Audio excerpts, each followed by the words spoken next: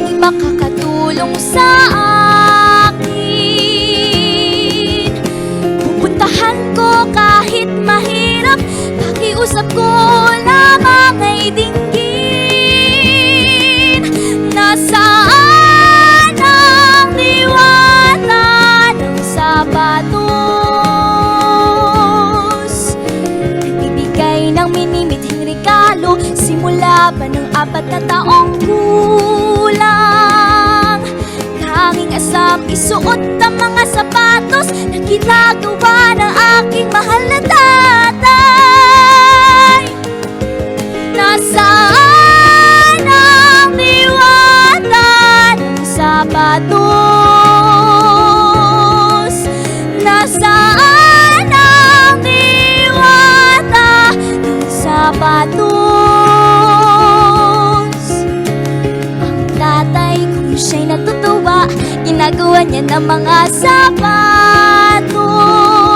Sino mang nagbigay galak sa kanya, ang di niya lang ginawan ay ako.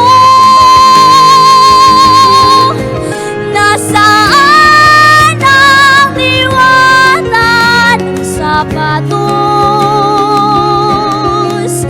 Nasaan ang diwata ng sapatos?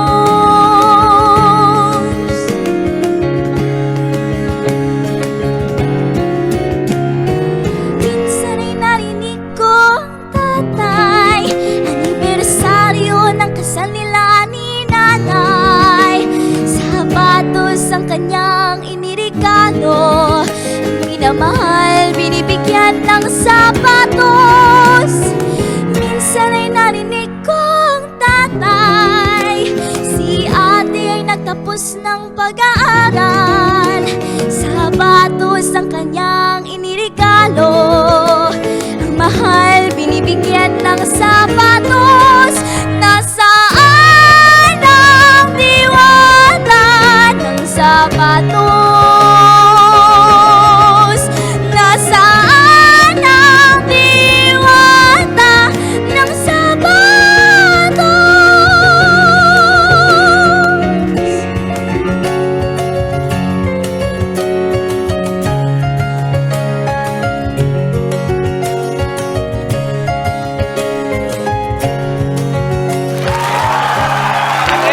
Winches again, Yana ng isang dosenang sapatos.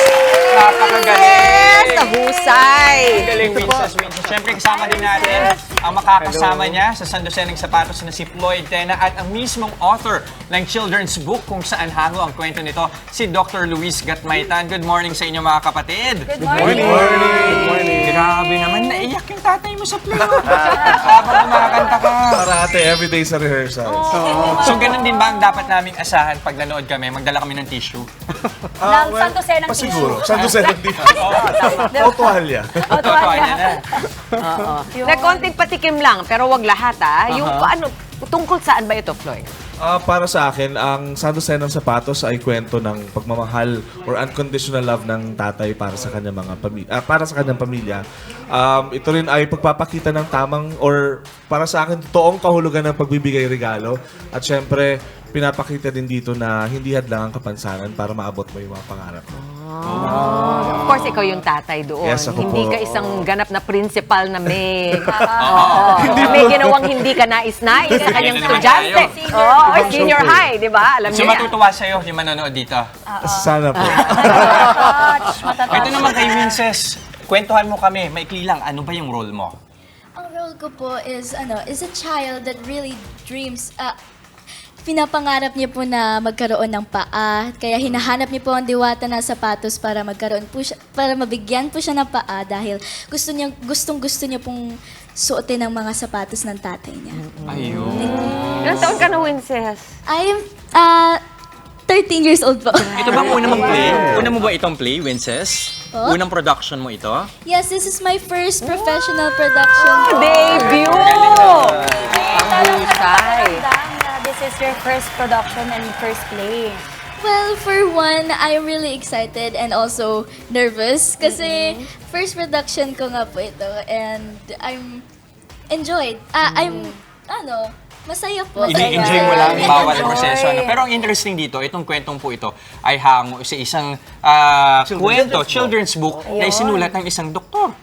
Si Dr. Luis Gatmaitan. Doc, ano mang hugot ng kwento na yan? Ayan. Yan. Nakamay ka, Nakamay nakalamay ka. ka na, Doc. Yung sorry. It's okay. Itong San Jose ng Sapatos, kwento ng isang tatay na sapatero na gustong-gusto niya na magkaroon ng anak na ballet dancer. Kaso nung pinanganak yung bata, putol yung dalawang paa. So, paano siya gagawa ng sapatos para sa anak niya? At ang mystery dito, kapag bispiras ng kaarawan ng bata, nananaginip siya ng isang pares ng sapatos. With all the, natatandaan niya with all the details, the color, lahat ng sapatos. And naisusuot niya kasi nagkakapaa siya sa panaginip pag bispiras ng kaarawan. So, it went on. Naging mystery yun. At sa bandang dulo matutuklasan na ginagawa ba talaga siya ng tatay ng sapatos o may diwata ng sapatos na nagtatawid. Yun yung parang tutuklasin dun sa kwento ng San Jose ng Sapatos. Grabe, nakakaantig ng puso yung story, Doc. And this, of course, is produced by Tanghalang Pilipino. Tama ba? Tanghalang So, dapat asahan natin, quality show ito. For sure. Anong pakiramdam to actually be performing for Tanghala? It's my actually it's my first time with Tanghalang Pilipino. Ito yung kanilang 37th season if I'm not mistaken. Tama 'di ba? Pangalawang play nila for the season. At nakikita namin, pinapanood namin yung ibang mga clips, i-share namin sa inyong mga nanonood. Ang dami pala ng cast at meron din iba pang mga bata. Yes, actually may following na to before pa nung 2013 na showing ito. And ang kaibahan nito this time, yung 12 na sapatos, meron na siya, part na siya ng musical. Before kasi parang Yeah. 6 lang sila, tapos kambal yung isang sapatos. Parang ganun. Ngayon 12 na. Sa mga kapatid natin, baka isipin nila, teka, baka pambata lang naman yung play na Ay. to. Mukhang malibang isipin yon para sa mga adult viewers natin, parang mas dapat bang panoorin nila to? Tama naman sila na, Medyo, kwentong pambata. Pero, di ba pag ang kwentong pambata ay kwento rin nating lahat. Yes! Dumaan naman tayo lahat sa kabataan. At syempre, May bata sa loob natin lahat. And all of us, totoo naman. Doc, napansin ko po yung libro nyo. Pagtingin ko sa loob, no, ang ganda ng mga drawing. Maliban doon, naka-Tagalog siya at naka-English. Oh, yeah. So, nakakatuwa. Bilingual siya, bilingual. Intindihan ni Justin yan. Nabibili po ba ito sa mga bookstore? Sa mga, kunyari, gusto Yeah. manood, pero gusto muna nilang basahin po yung libro nyo. Oo, nabibili ito sa lahat ng bookstores, pati sa mga online stores. At ang nag-drawing nito sa si Beth Parrocha. Uy, At ang dito naman sa musical, ginawan to ng musical adaptation ni Layeta Bukoy. Yes. Kumbaga merong kwentong hinango nila rito. At ang Kay Mang maganda, Bukoy, hello po. oo, parang teacher niya yata, sabi niya si Miss nung Layeta college, Bukoy. Kilala ni Jess. Okay, so imbitahan nyo ang ating mga kapatid na manood ng inyong dula.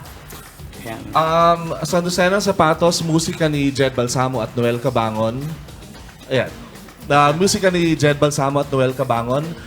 We're showing from November 17 hanggang December 3 sa Tanghalang Ignacio Jimenez, yung Black Box Theater ng CCP. Yes, and you can buy your tickets po at tickettome.net. And also, you can just stalk the TPFB. para po, yes, para po you can know more about the show buyers po. Facebook and Instagram pages of Tanghalang Pilipino. And also, for those of you who are asking, baka hindi ako makaintindi ng Tagalog, meron pong synopsis na available sa labas before kayo pumasok. So, maiintindihan nyo lahat Tapos pakinggan nyo na lang at i-enjoy nyo lang Yes. yung Ano mang lengguwahe yan, feeling ko mararamdaman natin yung puso ng play. Oo, at saka sound-through musical siya, tuloy-tuloy. Sound-through So, musical. yung kwento ay nasa, pakinggan nila No yung music, intermission. nandun yung kwento. No intermission, gano'ng haba? An hour and like 15 minutes. Okay. See you there, ha? Exciting. Punta kami. Maraming salamat! Princess Floyd and Dr. Luis. Mga kapatid, Chiki Roa Puno po. Simula ng inyong araw na puno ng impormasyong kapaki-pakinabang. Sama na sa isang makabuluhang umaga. Tumutok at mag-subscribe sa social media pages ng News 5.